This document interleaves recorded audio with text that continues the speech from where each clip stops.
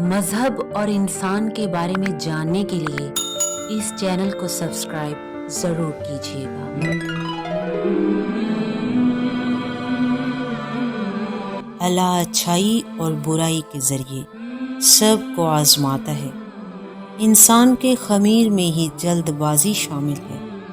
قیامت کے دن کسی کا عمل رائی کے دانہ کے برابر بھی ہوگا تو اللہ اسے بھی لا کر حساب کر دے گا۔ رغبت اور خوف ہر عالم میں اللہ ہی کو پکارنا چاہیے۔ لوگوں میں ایسے بھی ہیں جو بغیر جانے خدا کے بارے میں جھگڑا کرتے ہیں تاکہ دوسرے لوگوں کو بھی راہ خدا سے گمراہ کر سکیں، اور کچھ ایسے بھی ہیں جو شرطیہ طریقے سے عبادت کرتے ہیں۔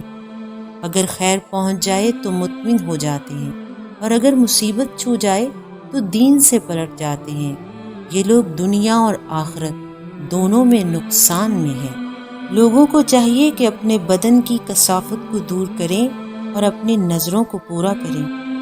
یہ بھی ایک حکم ہے کہ جو شخص خدا کی محترم چیزوں کی تعظیم کرے گا یہ اس کے حق میں بہتری کا سبب ہوں گی۔ لغو اور مہمل باتوں سے اجتناب کرنا چاہیے۔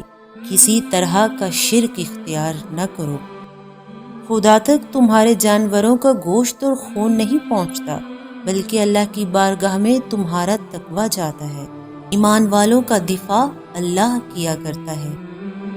در حقیقت آنکھیں اندھی نہیں ہوتی بلکہ دل اندھے ہوتے ہیں جو سینوں کے اندر پائے جاتے ہیں۔ دشمن کو اتنی ہی سزا دینی چاہیے کہ جتنا اس نے ستایا ہے۔ اگر اس پر ظلم کیا جائے تو خدا اس کی مدد ضرور کرے گا۔ اللہ سے باقاعدہ طور پر وابستہ ہو جاؤ کہ وہی تمہارا مولا ہے اور وہ بہترین مولا اور مددگار ہے۔